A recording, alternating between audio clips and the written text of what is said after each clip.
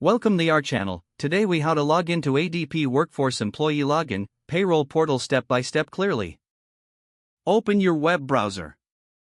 In the address bar, type in the URL for the ADP Workforce Employee Login Portal. Press Enter on your keyboard. You will be directed to the ADP login page. Locate the login fields on the screen.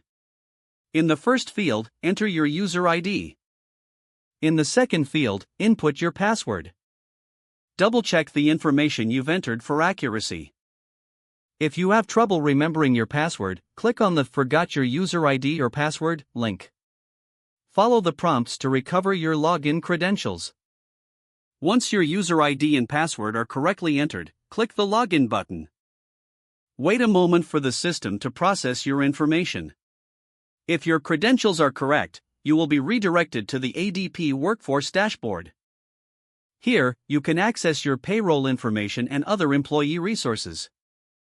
If you encounter an error message, verify your user ID and password again. Make sure that your caps lock is off and that you are entering the information correctly. If issues persist, contact your HR department for assistance. After successfully logging in, explore the various features available on the platform. You are now ready to manage your payroll and employee information efficiently. If the page does not load, refresh the browser or try again in a private or incognito window. Make sure you are using the correct email address, then retype it carefully to avoid small typos. If your password is not accepted, use the reset option and create a new strong password you can remember. Check your spam folder for verification or security emails, then complete any requested confirmation steps. Enable two-factor authentication if available to improve account security and reduce unauthorized access risk.